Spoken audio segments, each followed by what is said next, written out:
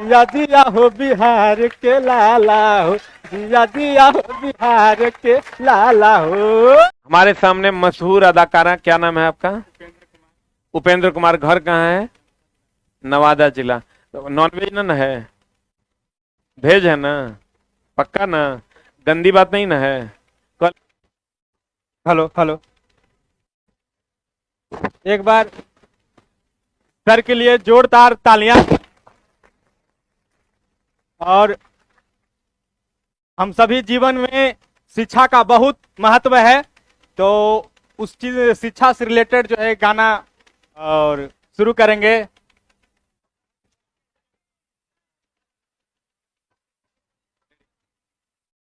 आज नून रोटी खा के भले जिंदगी बितावे, आई अपने न पढ़ल बाकी बचवा के पढ़ावा। अरे नून रोटी खा के भले जिंदगी बितावा, आई अपने न पढ़ल बाकी बचवा के पढ़ावा। अब पढ़ी लिखी सीखी उहे, अब पढ़ी लिखी सीखी उहे जग में महान बा। अब पढ़ा लिखा बबुआ कलमिए में जान बा, पढ़ा लिखा बबुआ कलमिए में जान बा। और कहा है ओ यह पढ़ैया अम्बेडकर जी पढ़ले, आ घर घर शिक्षा के अलख जगैले। हो यह पढ़ैया बाबा साहेब जी पढ़ले, आ घर घर शिक्षा के अलख जगैले। अरे पढ़ल लिखल बचवा के, पढ़ल लिखल बचवा के अलगे पहचान बा। अब पढ़ा लिखा बबुआ कलमिए में जान बा, पढ़ा लिखा बबुआ कलमिए में जान बा। इधर के लिए दो लाइनें हैं, आप लोग एक बार जोरदार से तालियां बजाइएगा।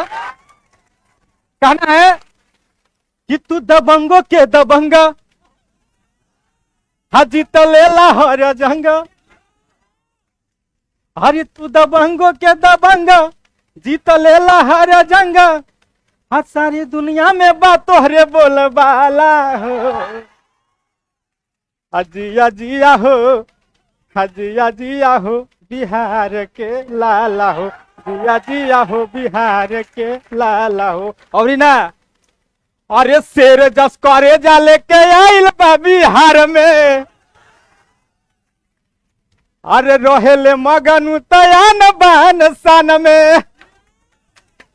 अरे शेर जस करे जा लेके आइल बा बिहार में, रोहेले मगनु तयान बान सन में। तू दबंगों के दबंग, जीत लेला हर जंग। अरे तू दबंगों के दबंग, जीत लेला हर जंग।